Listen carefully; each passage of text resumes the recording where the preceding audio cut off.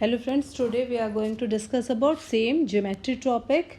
What is the angle and what is the parallel relation between parallel lines? So angles can be grouped and named according to their relationship with a straight line. When parallel lines here, parallel line AB and CD crossed by transversal, that is EF line, it creates the pair of equal angles. Each pair has a different name. Each pair of equal angle has a different name. Okay, like suppose we name here, this is angle A, this is angle B, this is angle C, and this is angle D. Same thing here, this is angle E, this is angle F, this is angle G, and this is angle H. Okay, now we talk about the vertically opposite angle. When two lines cross, यहाँ पे आप देख रहे हो A B और C D को E F line cross कर रही है, तो यहाँ पे वर्टिकली अपोजिट एंगल्स बन रहे हैं. These angles are known as the opposite angle. I mentioned here angle A is equal angle D, ये हमारा क्या है, vertically opposite angle. Same thing angle B is equal angle C, ये क्या है, ये वर्टिकली अपोजिट एंगल है. Now C D line पे जो एंगल बन रहे हैं उसको भी देख लेते हैं.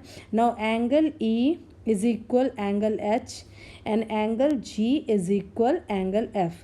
ये सब क्या है, ये वर्टिकली अपोजिट एंगल्स हैं जो कि इक्वल हैं. Like angle A is equal to angle D. If angle A की वैल्यू हमारी 65 डिग्री है, एंगल D भी ऑल्सो 65 होगा. एंगल C 35 है तो B भी 35 डिग्री होगा. इस वे में हम इस तरीके से हम वर्टिकली अपोजिट एंगल को डिस्कस कर सकते हैं. नाउ हम बात करते हैं नेक्स्ट एंगल की. What is the corresponding angle. So corresponding angle में क्या होता है उसको देखते हैं. See here, corresponding angle it means, see angles in the same position relation to the transversal line and one of the pair of parallel line are called corresponding. आप यहाँ पे देख रहे हो angles in the same position in relation to their transversal line and one of a pair of parallel lines. Okay, like here angle B and angle F, ये क्या है, corresponding angle है. So we can say angle B is equal angle F. We can say same thing, यहाँ पे जो angle A है वो किसके equal होगा, angle E के. So we can say angle A is equal angle E. So these angles are corresponding angle. Corresponding angle का मतलब angles in the same position in relation to the transversal line and one pair of the parallel lines. These angles are equal, like angle B is equal to angle F and angle A is equal to angle E. Okay, now we talk about the next, that is alternate angle. So what is the alternate angle? Here angle D and angle E, these are the alternate angle. Alternate angle are formed on either side of transversal between parallel lines. These angles are equal.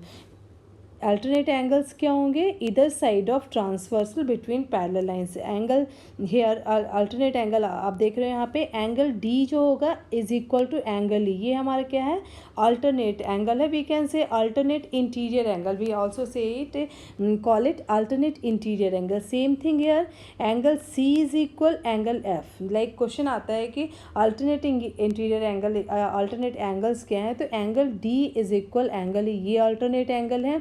Same thing angle C is equal angle F. यहाँ पे angle C और angle F ये alternate angles हैं. So we can define it like alternate angles formed on either side of transversal between parallel lines. Okay, next topic discuss करते हैं next video में about angles. Okay, thank you.